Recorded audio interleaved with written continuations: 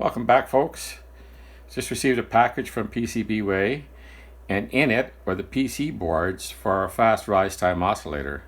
So we're going to build one of these up today and show you a little bit about how useful a fast rise time oscillator is. Now this has got some surface mount parts on it here. It's got 5 resistors on the back and 1 on the front. And the 5 resistors on the back, I can mount those up. So I put a little bit of solder on. Now what I do is I get a little piece of plastic like this, and a knife with a sharp but flat blade on it, and I'll just take off a tiny little bit of solder off the plastic here where I put it, and then I try to put it on the pad just right. Now, one of the most important things is not to put too much solder on. If you put too much solder on, then when you try to refill the solder balls up underneath the part, and then it kind of flows off to the side or twists or does something crazy like that. So you got to get just the right amount, and a little bit too little is better than a little bit too much, just like regular soldering. So I need to do this under the microscope though. My eyes are not good enough to do this right here. So I'm going to do that. I'm going to mount up all the parts, and I'm going to show you what they look like before they're flowed, and I'll come right back. Hold on. Now, like I said, I'll dispense it onto a piece of plastic like that, and a little blob there, and then I'll use the X-Acto knife to pick it up off there and put little dabs onto the pads where they're going to be soldering components, and that's the process. And then I put it into the reflow oven and wait 7 minutes, and the board should be done. Okay, so I don't know how close this camera can focus, but I hope that's not too close there. You can see the resistors are lined up in their spots, and they've all got a tiny amount of solder paste underneath them. Now the solder paste I use for reflowing is a low temperature paste. It's made up of tin and bismuth. I think it's got a little bit of silver in it too, but not very much. But it'll reflow at a very nice low temperature, well under 200 degrees. And so that's exactly what I'm going to do now. I'm going to put this in the reflow oven. Now there is another way to do this, but I'm not set up to do it right now. But I will produce a video on a couple of soldering tricks using solder paste. And one of them is how to reflow solder on a circuit board like this without needing an oven. And it's very simple to do, and I've done it for years, but right now unfortunately I'm just not set up to show that to you, but I'll do a future video on that. But let me put this in the oven and we'll be right back. While that board is cooking away in the oven there, I thought I'd show the solder paste I use. It's MG Chemicals. It's 42% tin, 57% bismuth, and 1% silver. And it's a low temperature T3 size, which is the size of the little balls of solder. So this is a fairly coarse solder. You can get much finer ones than this, but I find this is okay. Okay, yeah, that reflowed very nicely, very nicely.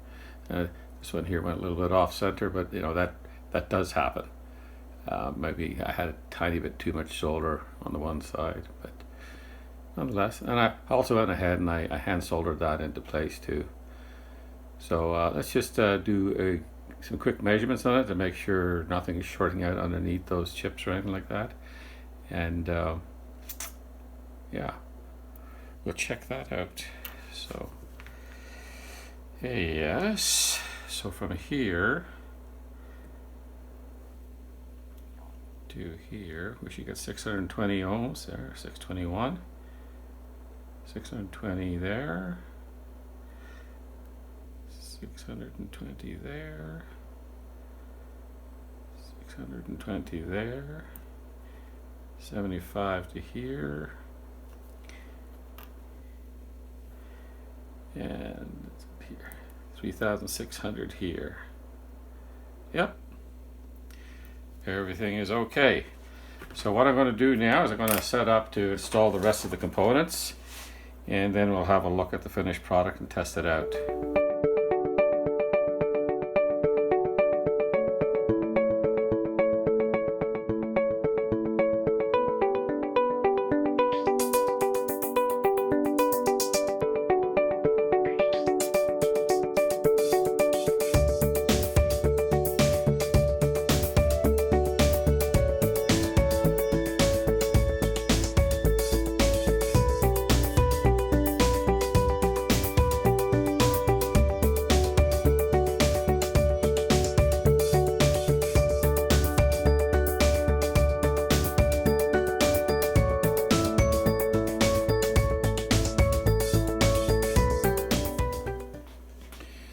here's the finished product.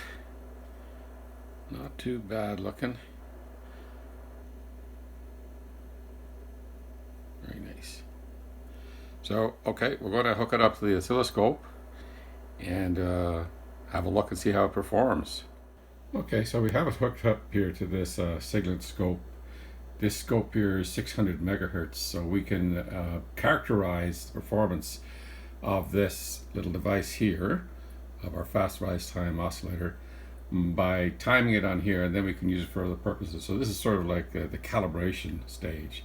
So right here we can see that it's averaging around about a 1.28 nanosecond rise time. So we could do a little bit of math on that and find out its precise rise time. Okay, so if we use the formula, rise time of the oscillator equals the square root of rise time measured squared minus the rise time of the scope channel squared. Then we have square root of 1.28 squared minus 0.68 squared. And I've measured this value before. I know it to be accurate. Which equals 1.084 nanoseconds. That's not bad at all for this. It's really not bad. It's better than I expected it to be. Let's move on to some applications of this. So now that we know that the rise time of this oscillator is 1.1 nanoseconds, thereabouts, we can use it now to determine the bandwidth of this oscilloscope. We're going to do that using the formula 0.35 divided by rise time should give you the bandwidth, but we have to take into account the rise time of the oscillator itself.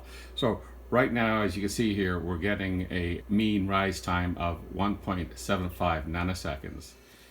So this is the formula we're going to use.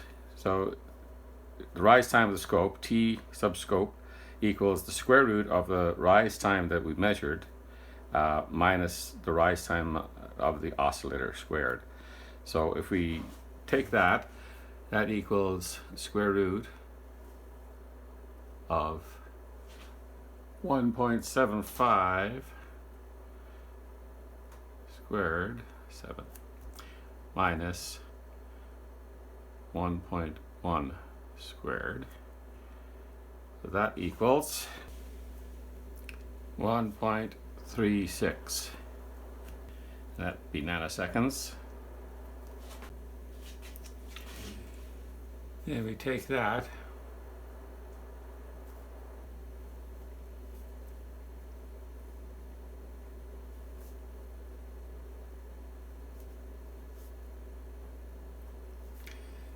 equals approximately 257 megahertz,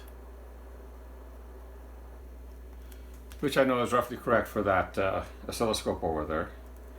And so you could use fast rise time oscillators for measuring the bandwidth of your oscilloscope, for instance, or you could use it to look at the entire system. So now if we get a probe and attach it to that oscilloscope and feed the fast rise time oscillator in through the probe, we can then determine the actual frequency response or bandwidth that you're going to get from the system when you're measuring things. So when we set up to do that, and I'll show you that as well. Okay, so we've got this probe here. Now this probe is supposed to be 300 megahertz, and we've already determined that the scope itself is running at 250 megahertz. So when you get a 300 megahertz scope or probe and you put it on 250 megahertz scope, what kind of performance do you really get? So let's assemble this. This is a scope probe adapter here. It goes on here. That'll go into this BNC female, and that'll go in here to a 50 ohm terminator, feed through terminator. Now it's important to put that on there. This will not work properly without 50 ohm termination. It's designed to work in that element. it requires the 50 ohm terminator. So basically you're sourcing from 25 ohms because this has got 50 ohm characteristic impedance, and then you parallel that with the 50 ohm terminator. You're coming from 25 ohm source point here. So you can see on the scope here we have a mean rise time of about 1.92 nanoseconds, and using our little formula we'd have 0.35 divided by 1.92 nanoseconds equals, so we now have about 182 megahertz.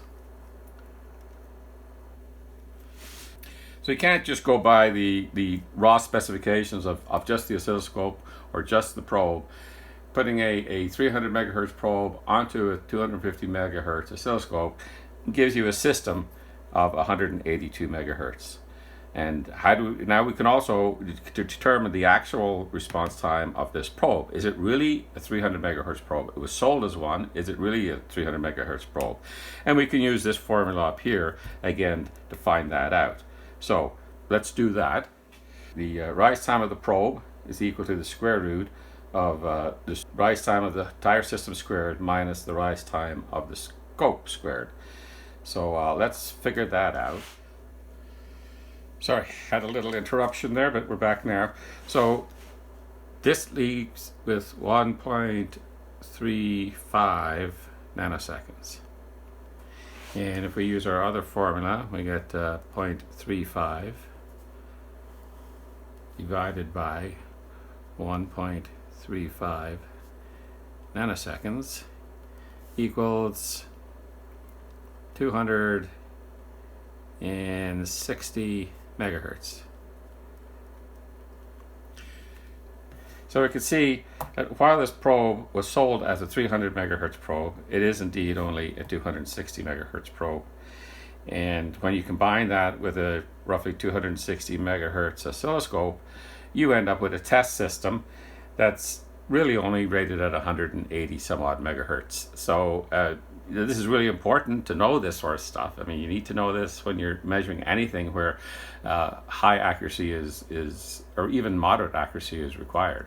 If you're trying to measure a 200 megahertz system and you're using a 260 megahertz scope with your 300 megahertz probe that you bought, and you're wondering why you're not getting the results, and then you blame the system that you're measuring, and when it's actually the system you're using to measure it with that's to blame.